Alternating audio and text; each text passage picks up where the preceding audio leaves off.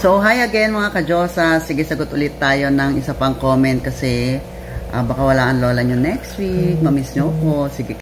So, ayan, sige. Sabi niya, hi Miss RC, okay lang po ba kahit ibang sunscreen ang gamitin? By the way, ang ganda po ng SCD Peeling Lotion Set. Ang dami po nagtatanong sa akin kung anong gamit. So, hi sa'yo ka-Diyosa. By the way, nakarelate ako dyan kasi years ago, last 2018, before ako mag-start mag-resell ng product na ito, ganyan din yung nag-experience ko. Kaya, ayun, na-push din ako na mag-benta ng product kasi nga nakita din nila sa akin yung results. So, another tips and idea yan for you, ka-Diyos. Baka malay mo, tulad namin, ito na rin yung time para mag-resell ka.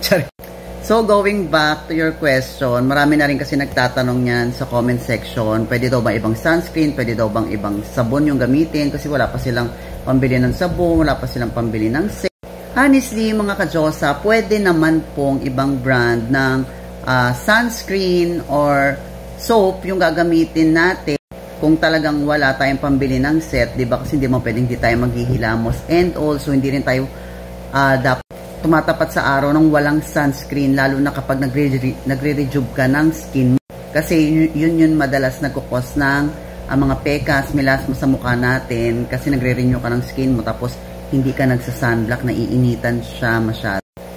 So, mga ka-Diyosa, the answer is yes, pwede po tayong gumamit ng ibang sunscreen or so.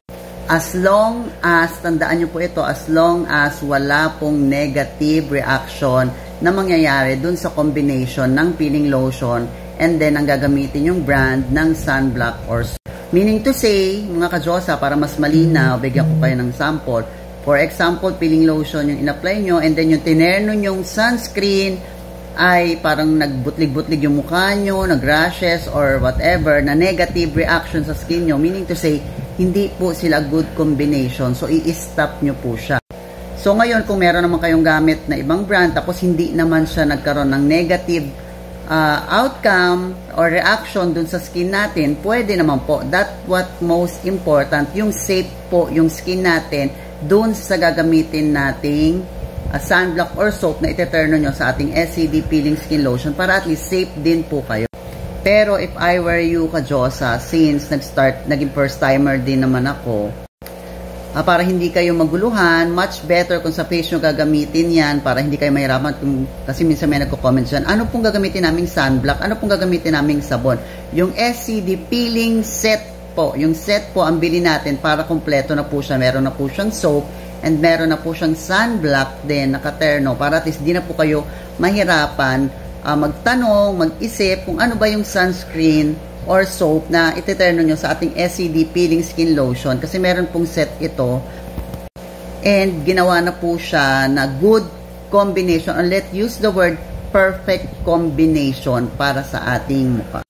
So, yun lang mga ka-Diyosa, and hopefully nakatulong ang short video na to para sa'yo. Have a great day. Bye-bye!